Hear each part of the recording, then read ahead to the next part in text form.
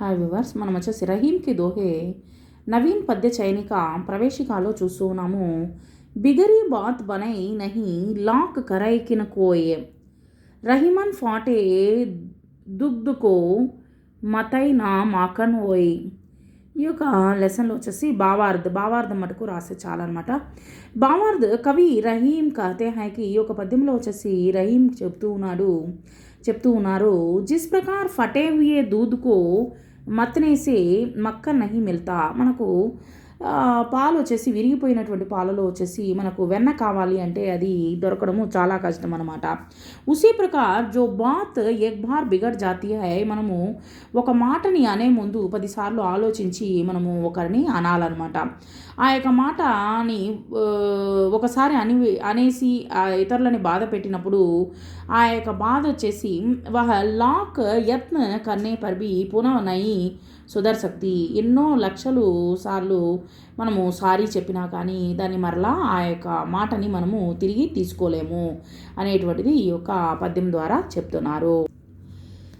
తరువర్ ఫల్ నహి కాత హై సరవర్ పియహి నా పాన్ కహి రహీం పరకాజ్ హిత సంపత్తి సంవారి సంచయి సుజాన్. భావార్థ్ కవి రహీం దాస్ कहते हैं कि ఒక పద్యంలో చెప్తున్నారు. జిస్ ప్రకార్ వృక్ష స్వయం అప్నా ఫల్ నహి ఖాతా హై. ఇక్కడ ఉన్నటువంటి చెట్టు వచ్చేసి ఎప్పుడు తన యొక్క పండును తానే తినదనమాట. ఔర్ సరోవర్ అపని జల్ నహి పీతా హై. అక్కడే అదేవిధంగా చెరువులు కానీ సరస్సులు కానీ తన యొక్క నీటిని తానే తాగదు. నదులు తన యొక్క నీటిని తానే తాగదు. ఉసీ ప్రకార్ సజ్జన్ బి దూసరోంకి బలాయి కే లియే హీ ధన్ ఇకట్టా కర్తే హై. అక్కడ ఉన్నటువంటి సజ్జనులు తన యొక్క ధనాన్ని కానీ లేదా తన యొక్క జ్ఞానాన్ని కానీ తన కోసము ఉపయోగించకుండా ఇతరుల కోసము ఆ యొక్క మంచి కోసము దాన్ని ఉపయోగించడము జరుగుతుంది. తన యొక్క పండు ఏ విధంగా అయితే తాను తినదో చెట్టు, ఏ విధంగా అయితే తన నది యొక్క నీరు నీటిని తాను తాగదో అదే విధంగా ఇతరుల మంచి కోసము తన యొక్క డబ్బును వచ్చేసి ఇతరుల కోసము ఎక్కువగా ఉపయోగించడము జరుగుతుంది. ధనీ రహీం జల పంకకు లఘు జియ పియత్ అగాయ్ ఉదది బడాయి కో కహై జగత్ పియాసో జాయ్. ఇక్కడ కవి రహీం దాస్ कहते हैं कि धन्य है वह तालाब जो छोटा है उस पानी पीकर कई जीव जंतु జీవిత है. ఇక్కడ ఒక చిన్న సరస్సు కావచ్చు లేదా చిన్న చెరువు కావచ్చు, ఆ యొక్క చిన్న చెరువులు కూడా ధన్యమైనటువంటివి. ఎందుకంటే తన దగ్గరకు వచ్చేటువంటి జీవజంతువులన్నీ ఆ యొక్క చెరువులో నీటిని తాగుతున్నాయన్నమాట. తాగి సాగర్కి తారీఫ్ కౌన్ కరే. ఆ విధంగా ఆ యొక్క సాగరాన్ని అంటే నీటిని తాగి సంతోషంగా వెళ్తున్నాయి. అదేవిధంగా ఇక్కడ ఉన్నటువంటి ఇప్పుడు సముద్రం ఉంది. ఆ యొక్క సముద్రాన్ని వచ్చేసి తారీఫ్ కౌన్ కరే, ఎవరు దాన్ని పొగుడతారు. Pass అగాధ్ జలరాశి high. కానీ దాని లోపల ఎన్నో జలరాశులు ఉన్నాయి. కింటూ ఉస్సే కిసీకి ప్యాస్ నహి బుజాతి. ఆ యొక్క చూడండి, ఇప్పుడు సముద్రంలో ఉండేటువంటి చేపలు కావచ్చు, తిమింగలాలు కావచ్చు, ఇటువంటి ఎన్నో దాంట్లో జీవజంతువులు ఉన్నాయన్నమాట. టార్టాయిస్లు కావచ్చు, ఎన్నో ఉన్నాయి. కానీ ఆ యొక్క నీటిని తాను తాగలేవన్నమాట. తన యొక్క దాహాన్ని తీర్చలేదు. వ్యక్తికి మహానత ఉస్కే గుణం సే హై నా కి ఉస్కే ఆకార్ సే. అంటే ఇక్కడ ఏమైనా చెప్తున్నారంటే వ్యక్తుల యొక్క మహానత్వము అనేటువంటిది తన యొక్క స్వరూపాన్ని చూసి కాదు. అంటే తెలుపు నలుపు లేకపోతే చాలా పొట్టిగా ఉండడము, నల్లగా ఉండడము, సన్నగా ఉండడము, లావుగా ఉండడము అలాంటిది కాదనమాట. తన యొక్క గుణంసే హై నాకి ఉస్కే ఆకార్సే. తన యొక్క గుణాన్ని మనం గుర్తించాలే కానీ తన యొక్క ఆకారాన్ని గుర్తించడము కాదు అని చెప్పేసి ఈ యొక్క పద్యం ద్వారా మనకు చెప్తున్నారు. ఏకై సాతే సబ్ సగై సబ్ సాతే జబ్ జాయ్ రహిమన్ మూలహి सीचिबो फूलही फलही आगाय.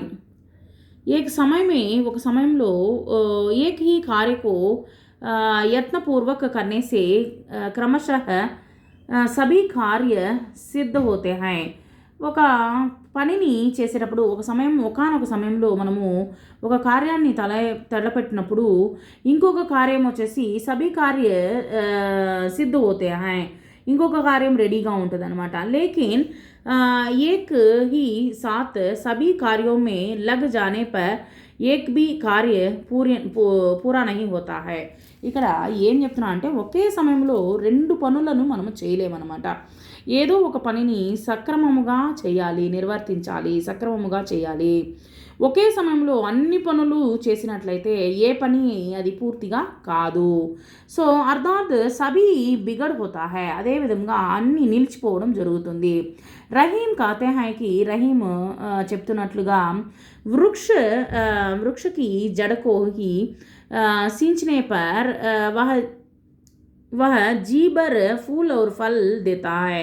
మనము ఈ యొక్క వృక్షాన్ని కానీ నాటినట్లయితే, ఒక చెట్టును కానీ నాటినట్లయితే వేరు బాగా మట్టిని పుంజుకొని ఆ యొక్క చెట్టును నిలబెడుతుందనమాట. నిలబెట్టి ఆ యొక్క పూలను పండ్లను ఇవ్వడం జరుగుతుంది. సో ఈ యొక్క ఒక విషయాన్పైన నిలబడాలన్నమాట.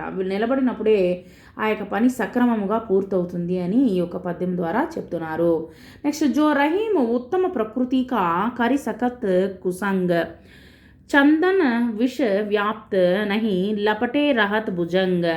ఇక్కడ కవి రహీం कहते हैं कि यदि आदमी का स्वभाव उत्तम है, ఇక్కడ మనిషి యొక్క స్వభావము ఉత్తమమైనప్పుడు తో బురీ సంగతి ఉస్కా క్యా బిగడ్ శక్తి హై. ఇక్కడ ఇప్పుడు ఒక మంచి వ్యక్తి ఉన్నాడు. ఆ యొక్క మంచి వ్యక్తి ఉన్నప్పుడు చెడ్డ వ్యక్తితో కలిసి మాట్లాడినంత మాత్రాన తనకి చెడ్డ లక్షణాలు అనేటువంటిది అబ్బవు. సో सर्प के लिपटे रहने पर भी उसके विष का चंदन पर कोई प्रभाव नहीं पड़ता. ఇప్పుడు చందనపు చెట్టు పైన పాములు ఎక్కువగా ఉంటాయన్నమాట. ఆ యొక్క పాములు తిరిగినప్పుడు ఆ యొక్క పాముల యొక్క విషము చందనపు చెట్టు పైన ప్రభావాన్ని చూపించవు. అదేవిధంగా ఇక్కడ ఒక వ్యక్తిని అంటే చెడు వ్యక్తితో కలిసి మాట్లాడినంత మాత్రాన తన యొక్క లక్షణాలు రావు అనేటువంటిది ఇక్కడ ఈ యొక్క పద్యం ద్వారా మనకు చెప్తున్నారు. రహిమన్ యాచకత గహై బడే చోట్ హై జాత్ నారాయణహు కో బయో బావన్ అంగుర్ గాత్. ఇక్కడ కవి రహీం कहते हैं कि యాచక్ करने पर पड़े भी छोटे ही हो जाते हैं. ఇక్కడ మనము యాచకులమైనప్పుడు మనమందరము చిన్నవాళ్ళం అయిపోతాం అన్నమాట. అంటే చిన్న చూపు చూస్తారు. మనము భగవాన్ జబ్ బలికే యహా యాచన కర్నే గయతే, ఇక్కడ బలి చక్రవర్తి దగ్గరికి వెళ్ళి యాచన చేయడం కోసము ఈ యొక్క వామనుడి యొక్క అవతారములో మహావిష్ణువు వెళ్ళాడు. ఉస్కా భీ శరీర్ 52 అంగుల్ కా హో గయా థా. తన యొక్క శరీరం వచ్చేసి అంగుళం అంతే ఉందన్నమాట. చిన్న శరీరముగా ఉండింది. ఆ తర్వాత వచ్చేసి ఏ విధంగా ఉండిందో ఆ విధంగా వచ్చేసి మనము కూడా చిన్న చూపు చూడబడతామన్నమాట. బడే బడాయి నా కరై బడే నా బోలై బోల్. రహిమన్ హీరా కబ్ కహై లాక్ టకా मेरो मोल. कवि रहीम दास कहते हैं कि जो महान होते हैं ये अपनी बड़ाई या प्रशंसा खुद नहीं करते और ना बढ़ बढ़कर बातें करते हैं. ఇక్కడ వచ్చేసి రహీం कहते हैं, రహీం వచ్చేసి చెప్తున్నాడు, మహాన్ వ్యక్తులందరూ వచ్చేసి తన యొక్క డప్పుని తానే కొట్టుకోరనమాట. అంటే పొగడ్తలకు లొంగిపోరు. ప్రశంస ఖుద్ నహీ కర్తే అంటే వాళ్ళని వాళ్ళే పొగుడుకోవడము, తర్వాత వచ్చేసి ఎక్కువగా మాట్లాడడము అనేటువంటిది మాట్లాడరు. వచ్చేసి హీరా శ్రేష్ఠ రత్న హోనే పర్ బి వాల్యుబుల్తో ఉన్నటువంటి వజ్రము శ్రేష్ఠ రత్నమైనప్పటికీ कब कहता है कि मेरा दाम ₹1,00,000 है. నా యొక్క నేను ఎంత రత్నమైనా కానీ నా యొక్క డబ్బు వచ్చేసి నా పైన ఉపయోగించేటువంటి డబ్బు వచ్చేసి లక్షల్లోనే ఉంటుంది అని చెప్పేసి ఇక్కడ చెప్తున్నారు. రహిమన్ జిహ్వా బావరి కహి గయి సరగ్ పతాల్ ఆపూతో కహి భీతర్ గయి जूती खात कपाल। ఇక్కడ కవి రహీం దాస్ कहते हैं कि జీబ్తో పగలి है। ఈ యొక్క నాలుక అనేటువంటిది చాలా పిచ్చిదనమాట. వహ బినా విచారే ఆకాశ్ పాతాల్కి బాతే కహకర్, ఆకాశానికి పాతాళానికి ముడివేసినట్లుగా మాట్లాడుతుంది ఈ యొక్క నాలుక అనమాట.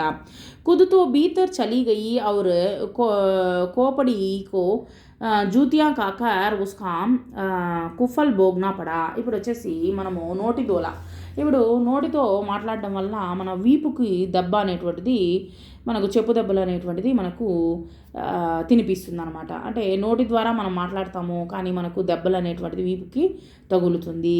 తర్వాత వచ్చేసి జబులగి విత్తి నా ఆప్నే తబులగి మిత్ నా కోయి, రహీం अंबुज अंबु बिन रवि ताक रिपु होई। कवि रहीम दास कहते हैं कि जिस प्रकार जल के अभाव में सूर्य कमल का शत्रु हो जाता है।